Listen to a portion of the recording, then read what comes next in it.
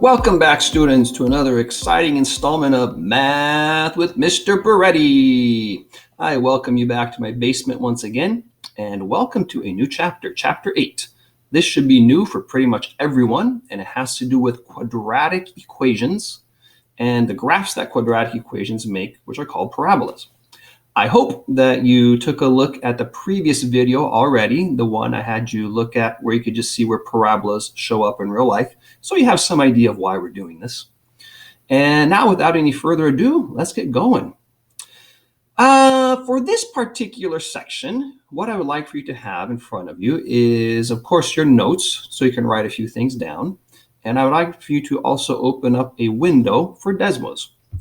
So go ahead and do that, and I'm going to spend the next few minutes showing you some things on Desmos. This is how you're going to learn this. You're going to have to tinker around with it, play around with it, see what things do when you change equations, what happens to graphs and stuff like that. You're going to learn by playing around. So go ahead and go to Desmos, or for now just watch me, but then try it on Desmos yourself. So I'm going to find Desmos here, 1 second, and there you are. All right, so as a little bit of background, the first kind of functions that we learned this year were linear functions, like y equals 2 plus 3x. And of course, linear functions made lines, and they were the simplest kind of function. You have $2, you gain $3 a week. How much do we have in 10 weeks? Very simple. The second kind was a lot less simple, and it had to do with exponential functions, such as y equals 2 times 3 to the x power. And those, of course, made exponential growth curves. And we learned that money often behaves this way. For example, there's something growing by 30%, here it's growing by 50%, here it's growing by 90%, and so on. We also, besides money, you probably learned in the past few months that bacteria and viruses also grow exponentially. That seems to have been in the news.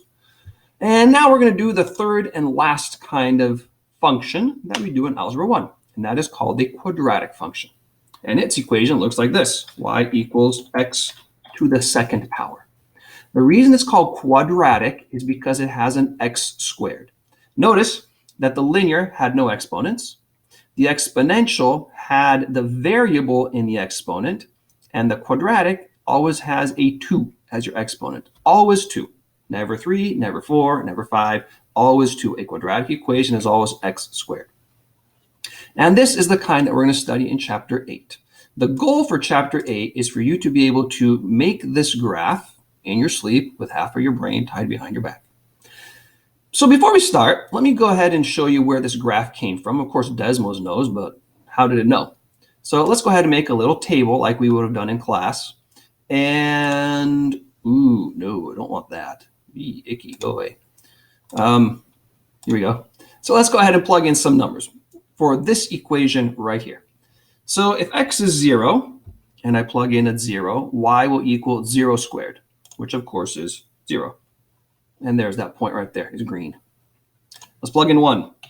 If x is 1, then y equals 1 squared, which is also 1. And there it is, the 0.11. If x is 2, then y will equal 2 squared. 2 squared is 4. And there it is. Let me zoom out. Let's do it one more. If x were 3, then y would equal 3 squared. And of course, 3 squared is 9. And therefore, you have that point up there. So here are the points in my table. Now, what happens when I plug in negative numbers? Let's try plugging in negative 1. If I plug in negative 1, then y equals negative 1 squared. Now be careful.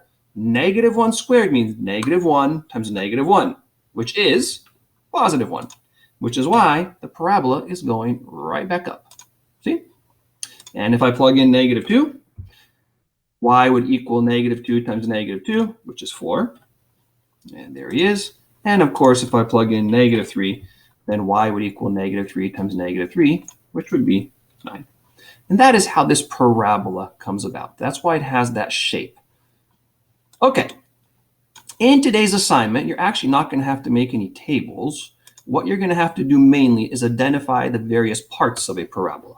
So to do that, I'm going to go ahead and go back to my drawing pad, and I would encourage you to draw this with me and write down these notes. These are exactly what you're going to have to do in your assignment today. So here we are. In your assignment today, you're going to have to know 7 key vocabularies, or key vocabulary terms, excuse me. The first thing you have to know is, of course, that the name of the shape is a parabola. You just need to know that. That's called a parabola. That's easy. And a parabola is the shape that every graph in this form will make. F of x, which is the same thing as y, so like y equals ax squared plus bx plus c. In particular, in section 8.1, we're only dealing with the first piece. So in section 8.1, we don't have this part yet. That comes up in section 8.2 and in section 8.3. Those are the next lessons. Today, we're just going to look at this. Some number in front of an x squared. That's all. So you should know that this point right down here is called the vertex. And in this particular case, the vertex is the point 1, 2. You are going to be asked to identify the vertex, and you'll just need to be able to know that it's the point 1, 2. Every parabola has a vertex, and it's always either the lowest point, or if your parabola is upside down, then it would be the highest point. The second thing you have to identify is the axis of symmetry. The axis of symmetry is the line that cuts the parabola exactly in half. In this particular case, the axis of symmetry is right here. And it's a line that cuts the parabola in half. And then what makes it symmetrical? Parabolas are always symmetrical. There's a left side and a right side, and they're going to look at each other in a mirror. So the axis of symmetry also has an equation, and as you might remember, this is an x equal equation because it goes this way. It's vertical. And in this particular case, it's x equals 1. So your axis of symmetry is x equals, your axis of symmetry is x equals 1. Secondly, or thirdly, you're going to have to identify the domain. The domain is all of the x values that you see in the graph. And in this graph, the domain is going to be all real numbers. The reason it's all real numbers is because this graph goes on forever in the left direction, and it goes on forever in the right direction. So all x values are included. I'll give you a big hint. Every parabola has a domain of all real numbers, always. So in your questions today, when it says, what's the domain? The answer is all real numbers. The range is what y values are part of this graph. Well, this is a little bit tricky, but you'll notice that the graph starts up here and it comes down, and then it comes down to 2, and then it heads back up. So notice that there are no y values below 2 on this particular graph. There's nothing down here at 1, there's nothing at 0. There's a y value of 3, there's a y value of 4, there's a y value of 5, there's a y value of 2, but there's nothing below 2. So we would say that the range is all the y values that are greater than or equal to 2. The sixth thing you'll have to identify is where the graph is decreasing. It's actually very easy to see where it's decreasing. So start from left to right. It is decreasing right here. I'm coloring it in green. And then it reaches the bottom. And then after it reaches the bottom, which is the vertex, it starts increasing.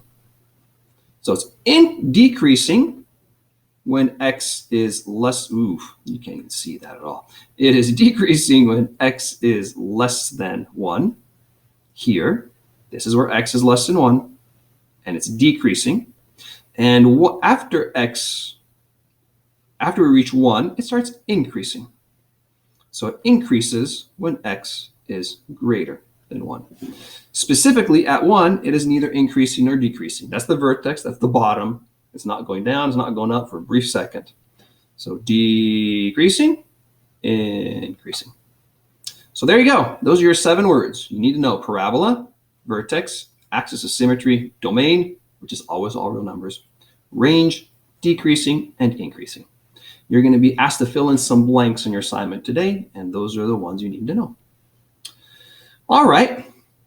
There is something else. So let me go back to Desmos once again. And let's take a look at a little bit more stuff. So you'll notice that today's lesson was graphing y equals ax squared. So let's go ahead and add a number in front of this x squared. Let's add 2. All right, what did it do? You tell me. Let's add a 3. Add a 4. What about 5? What about 6? What about 7? You notice that as I increase the number in front of the x squared, which we will call a, as I increase a, it's getting skinnier and skinnier and skinnier. What about y equals 88x squared? What about 888x squared? You see how it's getting skinnier and skinnier and skinnier the bigger the number is in front of the x squared. So this is actually called a horizontal stretch. What we're doing is we are stretching the parabola horizontally. Excuse me, no, not horizontally, my bad. We're stretching it vertically, my apologies. We are taking the parabola and we're making them taller. We're making them taller. So by putting a 2, this is called a vertical stretch by a factor of 2. If I put y equals 4x squared, that is a vertical stretch by a factor of 4. If I put in an 8, that's a vertical stretch by a factor of 8, and so on. All right, so we know that as a number gets bigger and bigger and bigger, it gets skinnier and skinnier and skinnier. What happens when a number gets smaller and smaller and smaller? Like 0.9, or 0.8, or 0.7, or 0.5, or 0.3, or 0.2. You notice now how it's getting wider? So now instead of getting stretched out in a vertical direction, it is getting squished down in a vertical direction. So this is called a shrink. It is a vertical shrink.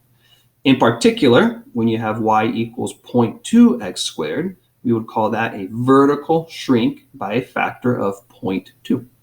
And if I go to 0.1, then it's really shrunk. And if I go to 0.01, look at that thing. Basically, you've taken a big rock and you sat on your parabola and it just went, and it got squished down in the vertical direction. So that's what happens when you get smaller numbers. Notice that 1 is the middle. There's your 1x squared. If I do a number more than 1, it's a vertical stretch. If I do a number less than 1, it is a vertical shrink. You should write that down. If the a is more than 1, like 3, it's a vertical stretch. If a is less than 1, like 0.3, it's a vertical shrink. Okay, so what happens if I keep going? So 0.3, 0.2, 0.1, let's go to 0. Oh, flat line. Should make sense because it's just simply y equals 0. You guys know y equals 0 is a flat line. Now let's go negative. What about negative 0.1? Negative 0.2. Oops, I forgot the negative. Try that again. Negative 0.1. Oh, flipped upside down. Negative 0.2. Negative 0.3. Negative 0.4. Negative 0.5. What about just negative 1? Notice that when I put a negative in front of the x squared, in other words, when a is negative, I now have what's known as a reflection over the x-axis. A reflection over the x-axis. Watch, it's the same exact shape. See? Just adding the negative makes it reflect over the x-axis. It flips it upside down. So that's what the negative does. Now, if I put a negative 2 there, I have two things now. What I have is I have that vertical stretch and a reflection over the x-axis. If I put a negative 0.2, I have a vertical shrink and a reflection over the x-axis. Two different things. It's been shrunk and it's been flipped upside down. So in your assignment today, it's going to ask you a whole bunch of questions about this exact concept. So here's what the question is going to look like for you today. Let me go find it. Here you are. So the question is going to look like this. You're going to be asked, oops, there it is. You are going to be asked to fill in some blanks. And it says, the graph of G, okay, first of all, find out who G is. So this guy is G. So the purple one is G. And what you're going to want to, what the book wants you to do is compare the graph of G to the graph of F. You have to compare these two. So the graph of F is your parent function. It's the simplest possible parabola, y equals x squared. The graph of G has a negative 3. So you have to describe what that negative 3 did. So here we go. The graph of G is a blank. Now, what you're going to want to put in that blank is, let's see, is it stretched out or has it been squished down? Hopefully you see that's been stretched out. So we're going to call this a vertical stretch.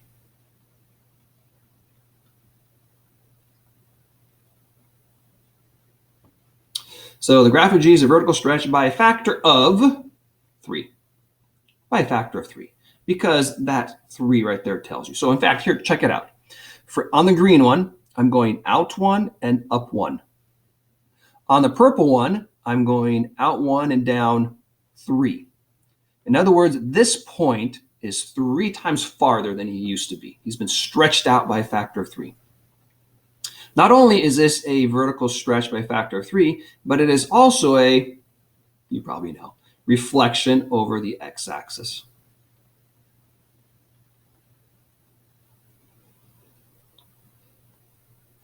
And there we go. So the graph of G is a vertical stretch by a factor of 3 and a reflection over the x-axis of the graph of f. That is what is happening.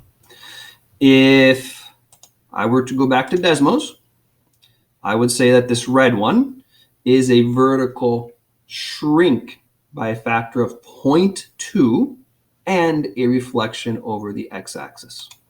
If I take away the negative, I would say this is a vertical shrink by a factor of 0.2, period. No reflection over the x-axis. All right, we're going to stop right there for now. And what we're going to do in the next lesson, which is also this week, is we're going to find out what happens if you add a c to the mix. In other words, ax squared plus bx plus c. What happens if you add a c? I'll give you a hint. Let me put a -4 to this thing. All right, I know your brain works. You saw what happened there. Come back for the next video, and we'll talk more about that. For now, that's it. See you soon.